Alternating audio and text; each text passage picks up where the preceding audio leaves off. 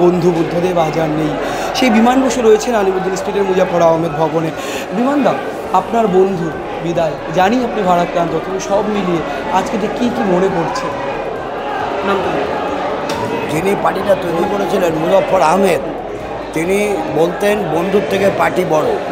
কাজেই পার্টির স্বার্থে কমরেড বুদ্ধদেব ভট্টাচার্যের যে কার্যকলাপ এবং দেশের রাজ্যের উন্নয়নের জন্য, যে সংস্কৃতির মান উন্নয়নের জন্য, সাহিত্য সংস্কৃতির পরিবেশকে সুস্থ করার জন্য যেসব কার্যকলাপ, সৃজনশীল কার্যকলাপ পরিচালনা করেছে, রাজ্যের মানুষের স্বার্থ দেখে ভবিষ্যৎ প্রজন্মের উন্নয়নের জন্য, বেকারদের চাকরির সংস্থানের জন্য যেসব চিন্তা ভাবনা করেছিল, যে স্বপ্ন দেখিয়েছিল নতুন প্রজন্মকে, সেটা বাস্তবায়িত করার ক্ষেত্রে আপ্রাণ চেষ্টা করেছে।